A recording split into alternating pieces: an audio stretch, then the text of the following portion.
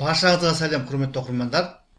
Бүгінгі сабақта математикалық сауаттылықтан 2026 жылғы нағыз ұбт-да кездескен бір есепті толығымен талдайтын боламыз. Бұл арифметикалық ортаға қатысты есеп. Есептің берілгендері көз алдарыңызда тұр. Және ұлттық тестілеу орталығы ұсынып отырған 4 жауап бар. Олардың біреуі дұрыс, қалған үшеуі бұрыс жауаптар.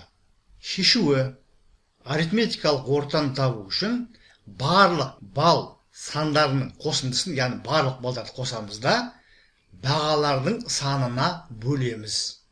Сонда нәтижесінде біз келесі өрнекті аламыз. Есептің шартында 5-тік баға 5 рет, яғни 5-ті 5-ке көбейтеміз. Әрі қарай 4-тік бағасы 12 рет, яғни 4-ті 12-ге көбейтеміз. 3-тік баға 3 рет, 3-ті 3-ке көбейтеміз.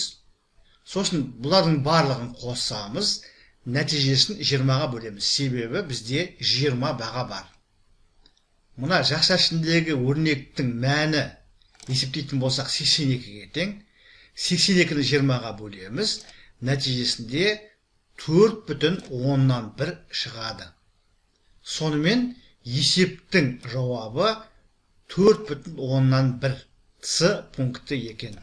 Сонымен құрметті оқырмандар, біз бүгінгі сабақта математикалық сауаттылықтан 2026 жылы нағыз ұбт-да кездескен бір есепті толығымен талдадық. Бұл арифметикалық ортаға берілген есеп. Есептің шартын түсініп алғаннан кейін біз барлық бағалардың қосындысын бағалардың санына бөліп арифметикалық ортаны таптық.